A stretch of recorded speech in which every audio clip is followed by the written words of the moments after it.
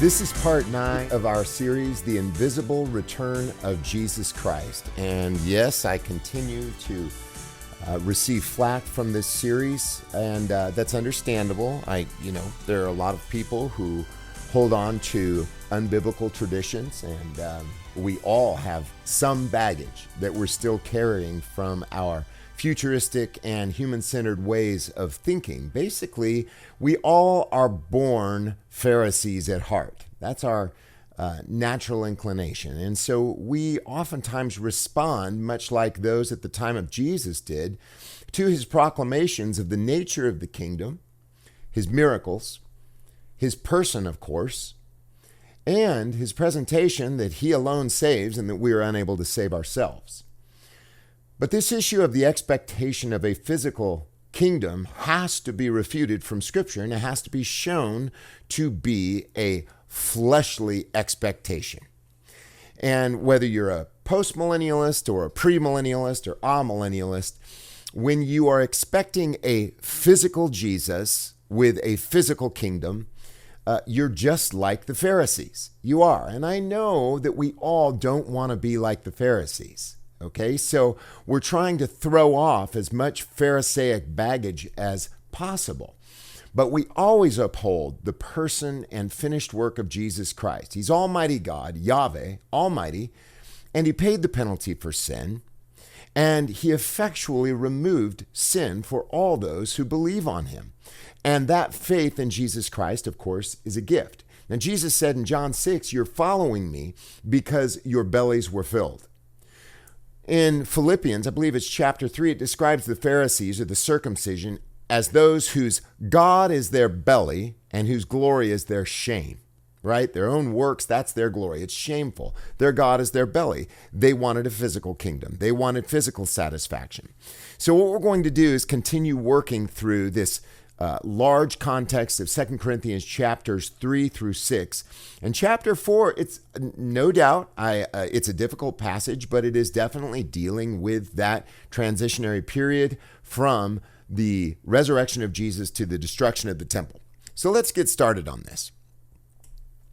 2 Corinthians chapter 4, we've already explored for the last 3 or 4 episodes dealing with this word light and the invisibility of light, and that Jesus is the light of the world. It's not a physical light. It is the spiritual light of Christ. But let's start. 2 Corinthians chapter 4, not forgetting that we're dealing with a covenantal context of the transition from old covenant glory to new covenant glory. 2 Corinthians 3, verses 6 through 18, compare it. "Therefore, since we have this ministry, as we have received mercy, we do not lose heart, but we have renounced the things hidden because of shame." Dealing with the same shame of Philippians chapter 3. The shame of old covenant works-based salvation. It's not to say that those under the old covenant were saved by their works. It's that many got caught up in the idea that obedience to law would save them rather than trusting in God as their Redeemer. So they've renounced that shameful way of justification, not walking in trickery nor distorting the word of God, as he explores further in chapter 11, which is the key characteristic of adversary. Trickery is very deceptive. There is a way that seems right, that is salvation by works, that seems right unto a person, but the end is the way of death. So he says, we're not walking in trickery, nor distorting the word of God, but by the open proclamation of the truth, commending ourselves to every person's conscience in the sight of God. And even if our gospel is hidden or veiled, it is veiled to those who are perishing, in whose case the God of this age has blinded the minds of the unbelieving so that they will not see the light, and this is not physical, this is the spiritual light of Christ. They will not see the light of the gospel of the glory of Christ, who is the image of God. In other words, what he's saying is, just as this light is invisible, the glory of Christ is invisible, the image of God is invisible. We do not preach ourselves, but Christ Jesus as Lord, and ourselves as your bondservants on account of Jesus.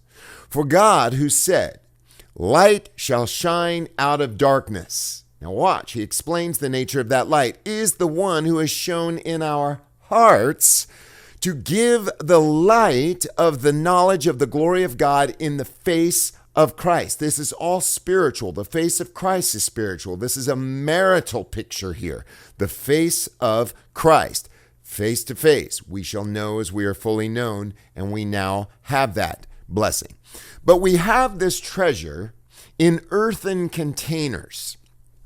So what he's doing here is he is establishing the reality of this persecution that is happening to this elect group of Jews. Remember, we're going to see this again in Romans 10 and 11, how Paul says that he had great sorrow and heaviness in his heart for his kinsmen according to his flesh. And he goes on to say, even so, at this present time, there is a remnant according to the election of grace. Now, it's not, again, not to say that those of us who have believed in Christ are not elect. We are. Ephesians is very clear about this doctrine of election for Gentiles. But there was also this elect group in the first century, this elect group of Jews who had not come to faith in Jesus Christ yet. Paul would not separate himself and the rest of the Jewish elect who had already come to faith in Christ from those who were remaining who had not yet come to faith in Christ. So, you can read that. It's all in 2 Corinthians 3 and, of course, Romans 10 and 11. So the one who's shown in our hearts to give the light of the knowledge of the glory of God in the face of Christ, but we have this treasure in earthen containers so that the extraordinary greatness of the power will be of God and not from ourselves. Amen. The story of the gospel. We are afflicted in every way, but not crushed, perplexed, but not despairing, persecuted, but not abandoned, struck down, but not destroyed. Sounds like a song, right? What's it called? I'm trading my sorrows, right? And it's a beautiful song, but let's face it, it basically extricates this very, very peculiar and restricted passage to that first century group of elect Jews. The persecution they were undergoing not only by the Romans, but also by their own countrymen, as Paul says in Thessalonians. So they were, Christians today, we get a little persecution. Crushed, persecuted, struck down. Well, listen to what he says. Always carrying about in the body, singular, the dying of Jesus. So we, what does he say? Not from ourselves. We, there in verse 8, are, verse 10, always carrying around in the body, singular, not in our bodies, but in the body, the dying of Jesus. In other words, Jesus said, you are going to be brought before kings and rulers and governors for my name's sake. You're going to be scourged, beaten in their synagogues. They were stoned. They were beaten. Paul says they were dragged out of their houses. They were martyred. You see it all through the book of Acts. So this is something that's going on. Even Paul said in Acts, I believe it's 13, he says, the Lord promised us that we through much tribulation should enter the kingdom of God. So they were the ones carrying around in the body the dying of Jesus so that the life of Jesus may also be revealed in our body, right? In other words, people would see the love and light and mercy of Jesus Christ in their lives as they proclaimed him to be King and Lord and the eternal high priest. They were persecuting them. They were seeing their martyrdom, just like the centurion, truly this was the Son of God. Truly these are the people of God, watching them rejoice as they were martyred. The Bible says they were rejoicing in that they were counted worthy to suffer for Jesus, so that the life of Jesus may also be revealed in our body. It's not talking about a physical life of Jesus. This is talking about the spiritual life of Jesus, all right? So revealed in our, plural, body, singular. For we who live are constantly being handed over to death because of Jesus. This was specifically happening in the first century to this elect group of Jews, so that the life of Jesus also may be revealed in our mortal flesh. And I don't believe he was talking about this. I think when he says mortal flesh, he's talking about the decaying of those national Jews, those national Israelites. They were coming to an end. The last of them, there was a remnant, he says. Remember back in the time of Elijah, he had reserved for himself 7,000 that had not yet bowed the knee to Baal. Well, he says, in the same way, I've reserved for myself this remnant according to the election of grace. Y'all are being persecuted until the end, right? That's what Peter meant. He's not willing that any should perish, but that all should come to repentance. Who? Those elect Jews before God would destroy the temple in Jerusalem by the Romans. So that's the mortal flesh, this idea. What did Jesus say? The one who is born again, well, we see that in John chapter 1, verses 12 and 13. But as many as received him, to them gave he the right to become the children of God, that is, to those who believe on his name, who were born not of blood, nor the will of the flesh, nor the will of man, but born of God. So the will of the flesh, right? Jesus said in John 6, the flesh profits nothing, but it is the spirit that gives life. The flesh was decaying, that outer man of the national people. That's why Paul went to great lengths to make a distinction between your nationality versus your spiritual relationship to God. He says, those who are of faith, these are the children of Abraham. He says, he is not a Jew, which is one outwardly, neither is that circumcision, which is outward in the flesh. But he is a Jew, which is one what? Inwardly, and circumcision is that of the heart. So that's the difference here. He's making this distinction between mortal flesh, blood nationality. That's what Paul meant in 1 Corinthians when he says flesh and blood will not inherit the kingdom of God. I don't believe he was talking about this. I think he was talking about national relationship to either Abraham or David. So death works in us, but life in you. So he's making a clear distinction, I believe, between Gentiles versus this group that was ordained to suffer. Remember, Paul even said, I fill up that which is lacking in the afflictions of Christ. There was this absolute necessity of this first century group of elect Israelites going through persecution as they were united to Christ in his death and his resurrection. But they were ordained to tribulation. We have to understand that, okay? I know as much as we like to take the martyr syndrome and apply it to ourselves, sorry, we just can't do it. I'm not saying there aren't martyrs today for Jesus. I'm not saying that if someone calls you names because of your belief in Jesus, you're not being persecuted, right? But really, come on. You're not being thrust through with the sword yet, like Hebrews. You have not yet resisted unto blood, right? So he's saying death is working in us. This is this transitionary group of elect Jews, but life in you, Gentiles, but having the same spirit of faith. So he unites them where there's neither Jew nor Greek. He says, but you're all one in Christ Jesus. So he recognizes that. But there's this persecution they're going through. According to what is written, I believed, therefore I spoke. We also believe, therefore we also speak, knowing that he who raised the Lord Jesus, watch, will also raise us with Jesus. Now, he's not saying that they weren't alive in Christ, but he could not disconnect himself or the believing Jews from the rest of those who were coming to faith. Very important. Read 2 Corinthians 3 before 2 Corinthians 4. Makes sense, and it will clear up a lot of misconceptions and a lot of proof texting. So many people proof text out of 2 Corinthians 3, 4, and 5. So much proof texting is done, especially verses 18 of chapter 3 and chapter 4. So he says, knowing that he who raised up the Lord Jesus will also raise us with Jesus and will present us with you.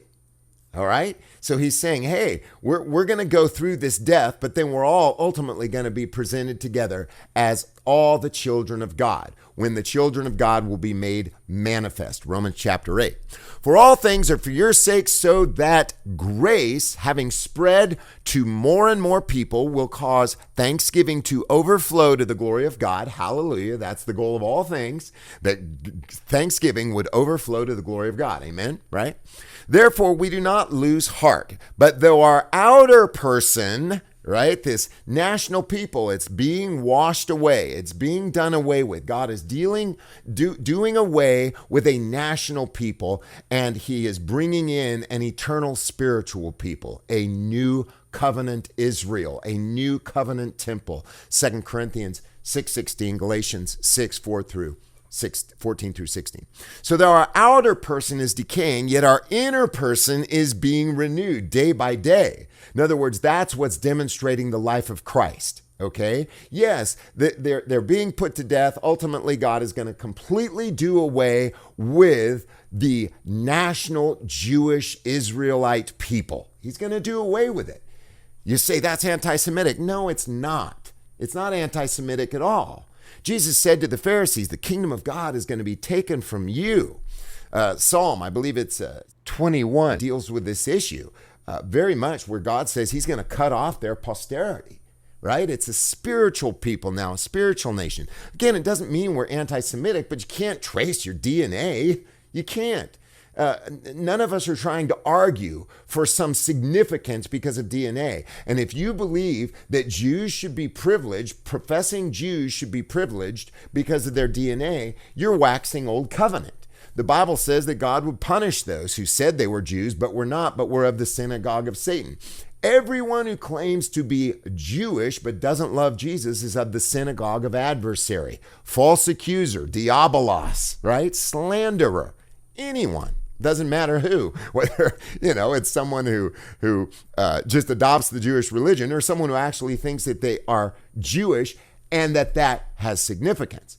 Now, I don't have a problem. If you want to call yourself a Jew, but you love Jesus, but you want to call yourself that, that's fine. But don't make any profession that you can trace it by DNA, but whether Ancestry.com or 23andMe, you're not going to be able to carry your lineage all the way back to David, Zionists, Jews, or Abraham, Israelites. You can't do it. Again, it's not anti-Semitic. It's just saying, no, we oppose anything that tries to carry over old covenant law and a national people that is chosen in this new covenant era.